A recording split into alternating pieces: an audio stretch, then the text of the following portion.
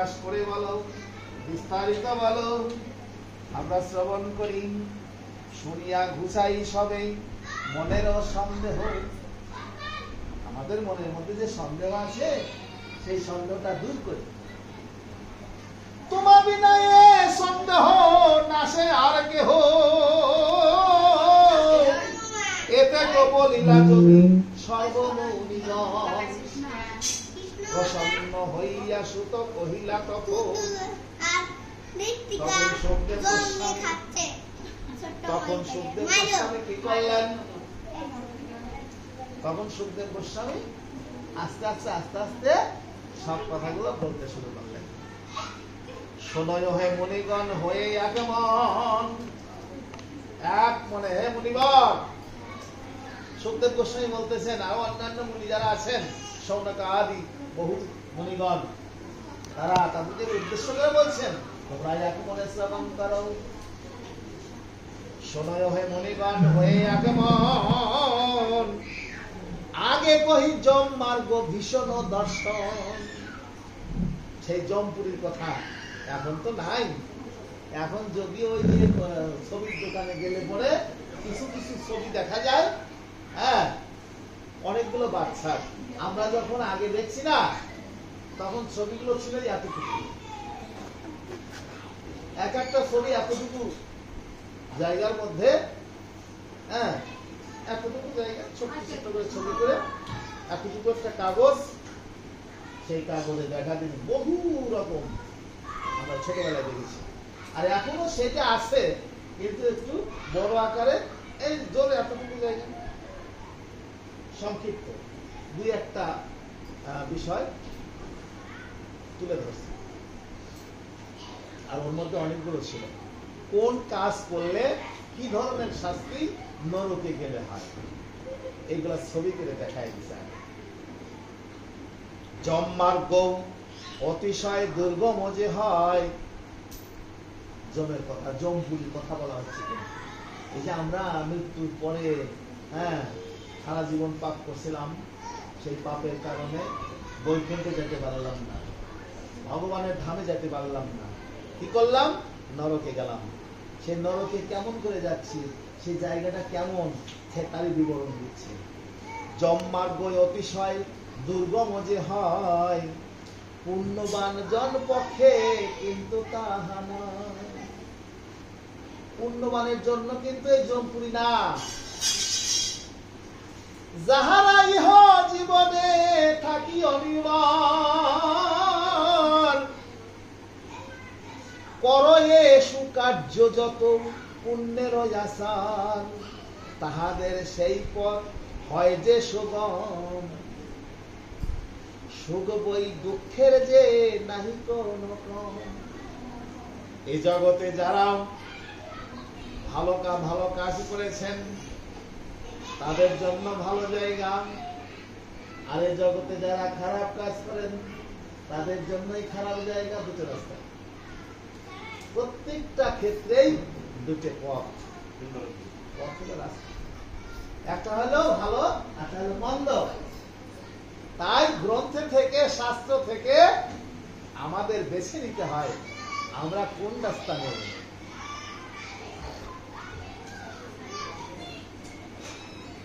কিন্তু হে যাহারাম পাপী, তাদের সে পথে বড়ই দুঃসহ কষ্ট শোনো শ্রবণেতে। যারা পাপী, সেই পাপীদের ওই রাস্তা খুব কষ্ট হয়। আর যারা পুণ্যবান, রাস্তা কিন্তু একটাই, রাস্তা কিন্তু একটাই। কারণ এইখান থেকে যদি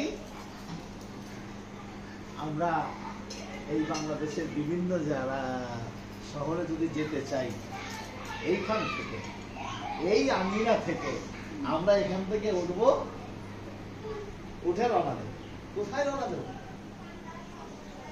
আমরা যদি এই বাজারে যারা বিশ্বরোড যদি উঠি, একবার বিশ্বরোডে যদি একবার যেতে পারি, তাহলে যার বাড়ি যেদিকেই হোক, যত দূরেই হোক, আমরা কিন্তু রাস্তার নিশানা পেয়ে গেলাম। নিশানা পেয়ে গেলাম। কেমন করে? এই তো এখান থেকে তো আমি বিভিন্ন জায়গায় যেতে পারবো না, কারণ এখানে তো গাড়ি করে নাই। কিন্তু বাজারে গেলেই গাড়ি আছে, ভ্যান আছে, রিক্সা আছে, বাস আছে, ট্যাক্সি আছে, সিএনজি আছে, ঘোড়ার গাড়ি আছে, গরুর গাড়ি আছে, সাইকেল আছে, হুন্ডা আছে। যে যেটাই যাইতে চায় সেইটাতেই সে যাইতে পারে, কিন্তু তার গন্তব্যস্থানে পৌঁছাতে হবে। তাই জন্মার্গ হয় সেই বড়ই দুর্বার, সরস্বতী সহস্রেক যোজন বিস্তার। 16,000 যোজন। 1 যোজন সমান 60,000। 60,000-এ 1 যোজন, তারই হলো 16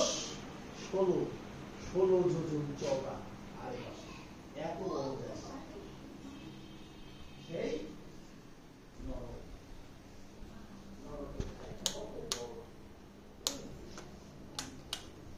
এই জন টান ধ্যান করি অনির্বাণ, জীবনেরও শেষ করে থাকে সংসার। তারে ভিখারি আসলে আমরা বলি কি আজকে অবশ্য চলে যাও, কালকে পূর্ণিমা চলে যাও, দেই না। আজকে তো বৃহস্পতিবার, তুমি জানো না বৃহস্পতিবার এমনি ভাবে ভিক্ষা দেয় না। আজকে শুক্রবার আমার ছেলের জন্মদিন, কালকে শনিবার আমার শাশুড়ির জন্মদিন, কালকে সোমবার আমার স্বামীর জন্মদিন। তাহলে বিবাহ কবে?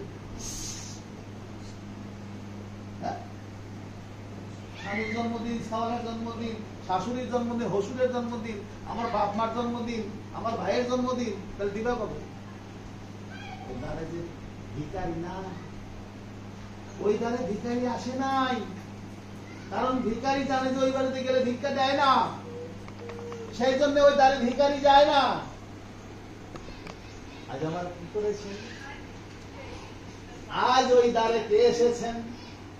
স্বয়ং আমার ভগবান ভিখারির বেশি। আজ আমার ভগবান সেই ভিখারির বেশে এসে ওই ভক্তের দ্বারে এসে দাঁড়িয়েছে, ভক্তকে পরীক্ষা করবার জন্য। তাই কি করলেন? সেই ভক্ত আমার ভগবানকে বিদায় দিয়ে দিলেন।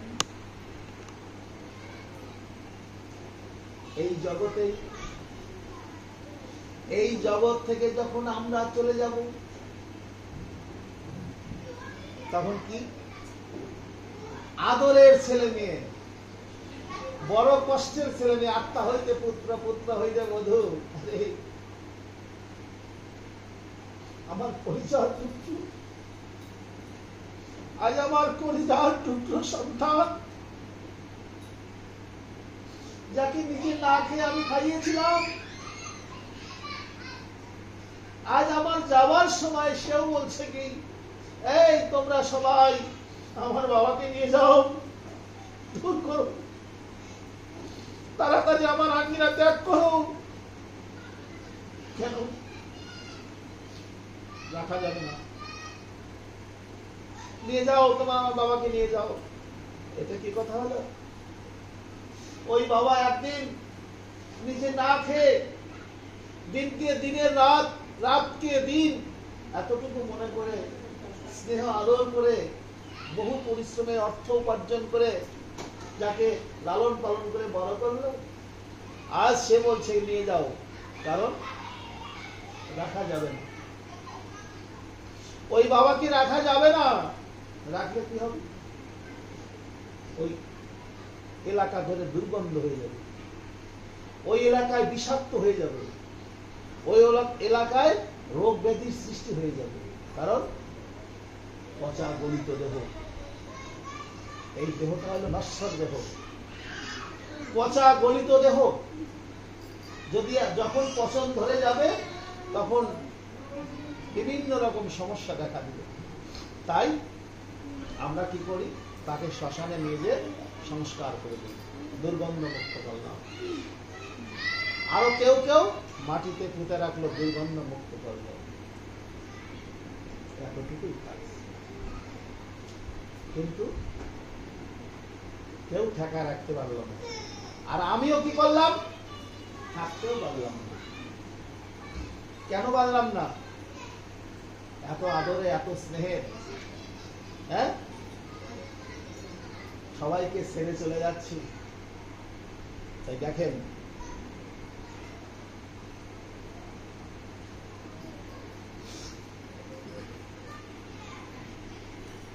তাহার সুখেতে সেই সমন ভবনে গমনেতে বাধা হন শোনো মুনিগণে। কিন্তু যারা অধর্ম করিয়া চিরকাল, যারা চিরকাল অধর্ম করছেন, জীবনের ওই অন্ত করে বাড়িয়ে জঞ্জাল। সারা জীবন এবার যাবার সময়ও জঞ্জাল সৃষ্টি করে পেয়ে গেল। কিভাবে?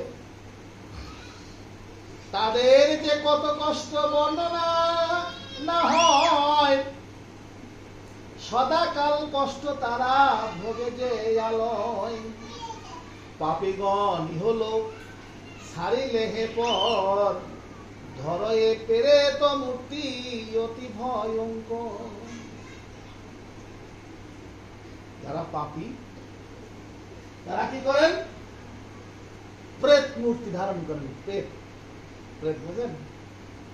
একবারে খাস বাংলা কথাই হলো পেতনি। পেতনি, আমরা তাকে পেতনি বলে থাকি। হ্যাঁ, ভয়ঙ্কর বিভৎস চেহারা তার। হ্যাঁ, আমরা যদি আজকে এই রাত্রিবেলায় রাস্তাতে যাচ্ছি বা আঙ্গিনার মধ্যেই আসি, এমন সময় আমার চোখে যদি সেই মূর্তিটা চোখে পড়ে যায়, আমরা ভয় পাবো না? অবশ্যই। ভয়ঙ্কর মূর্তি, অজগবি দেখা যাচ্ছে নাচতেছে, বা হতে দাঁড়ায় আছে, অথবা দাঁত বাই করছে, অথবা জিভ বাই করছে। হ্যাঁ, বিকট মূর্তি। তাই ওটা হলো প্রেত মূর্তি। তদন্তে জমের দূত তাদেরও লইয়া উপস্থিত করে যথা জম যে হে বসিয়াম, যেখানে জম বসে আছেন জমপুরি, সেইখানে তাদের নিয়ে যান ওই পাপীদের। সেকালে তাদেরও দুঃখ কতই যে হয়, এক মুখে তাহা আর বলিবার নয়।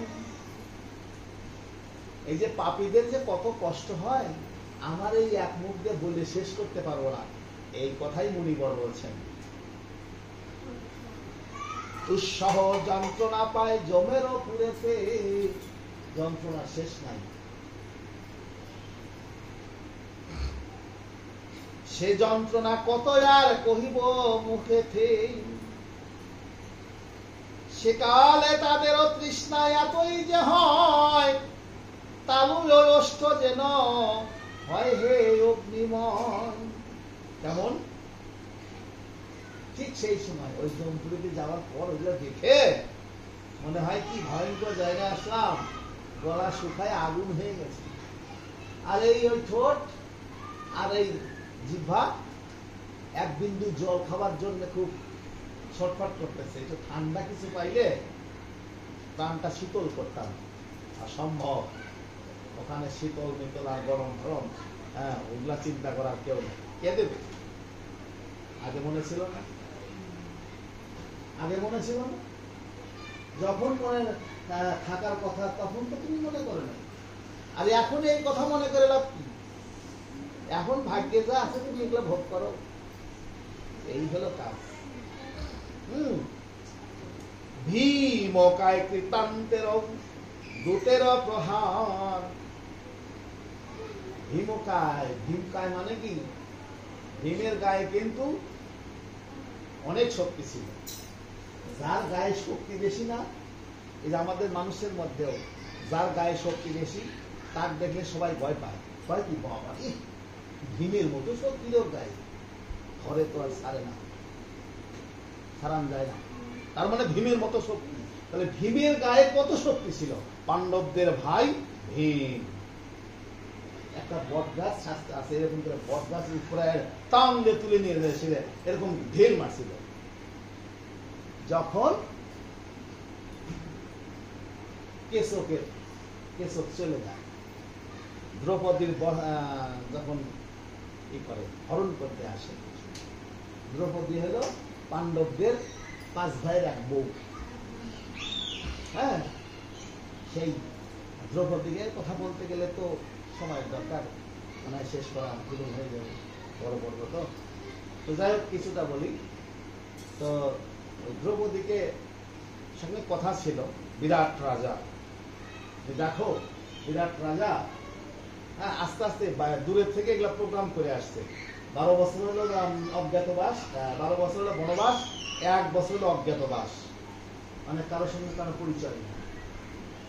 5 ভাইও কারোর সঙ্গে কারো পরিচয় রাখছে না, আর দ্রৌপদীও রাখছে না, কিন্তু সবাই এক জায়গায় থাকবে। কথা ছিল যে আমরা এক জায়গায় এক বাড়িতেই 5 ভাই থাকবো, দ্রৌপদীও থাকবে, কিন্তু অন্যভাবে, কেউ কারোর সাথে পরিচয় থাকবে না। হ্যাঁ, আমাদের সময়টুকু শুধু পার করতে হবে। তখন ওই প্রতিষ্ঠিত বিরাট রাজার স্ত্রীর কাছে বললো যে মা, তুমি আমাকে তোমার পরিচর্যা করার জন্য রাখো, দাসী হিসাবে রাখো, আরগুলো থাক করে। তখন ওই দ্রৌপদী যখন বিরাট রাজার স্ত্রীকে বললে এই কথা, তখন বলতেছে যে তুমি রাখলে আমি থাকবো, তোমার সব কাজ করে দেবো, তবে আমার একটা কথা আছে। কি কথা? এইটা কিন্তু আমি করবো না, তুমি বললেও আমি করবো না। কোন কাজ? 1 নম্বর কাজ হলো আমি কোনো পরপুরুষের কাছে যাব না, আমাকে কোনো পরপুরুষের কাছে পাঠাতে পারবে না। তোমার যে কাজ, যত কাজ আছে আমি তোমার সব কাজ করে দেবো, কিন্তু পরপুরুষের কাছে আমাকে পাঠাইও না। আর দ্বিতীয়ত কথা, আমি কারো ওই বিষ্ঠা খাবার খাবো না। বিষ্ঠা খাবার কিরকম? একজন খায় গেছে এক থালায়, ওই থালায় আমার দিয়ে, তার বাসি কুসি, তার বাসা মাছা দিয়ে, হ্যাঁ, লাগায় টেমেটে দিয়ে, ওইটা নিয়ে আমাকে দিলে আমার মতো তুমি যা দাও, পেট ভরুক আর না ভরুক, আমি তাই খাবো, কিন্তু আমি ওইটা খাবো না, এটা খাবো। তখন প্রতিশ্রুতি রাখল। রাখার পরে ওই রানীমার কাছেই থাকে দ্রৌপদী। থাকতে থাকতে আগে একদিন দেখছে কি, ওই কেশক হলো রানীমার ভাই। হ্যাঁ, কিন্তু ওর চরিত্র ছিল খারাপ। তো একদিন কি করলো, ওই দ্রৌপদীকে নিয়ে রানীমা বসে গল্প করছে। এমন সময় কেশক এসে দেখে ফেলাইছে ঘরে, দিদির ঘরে তো যাতে কোনো নিষেধ নাই, দিদির ঘরে আসে দেখছি একটা মেয়ে বাড়ায় চলে গেল। তখন দিদিকে বলতেছে, দিদি মেয়েটা কে গো? বলে কেন? এ আমার দাসী, আমার সেবা সজ্জা করে, এটা দেখতে খুব সুন্দর।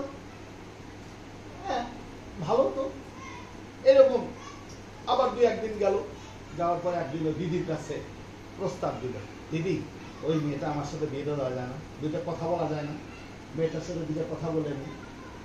বলে ভাই অনুরোধ, তুই এই কথাটা বলিস না। এই মেয়েটা যখন আমি রাখছি, তখন এই মেয়েটা বলছে যে আমি কোনো পরপুরুষের সামনে যাব না, দেখা করবো।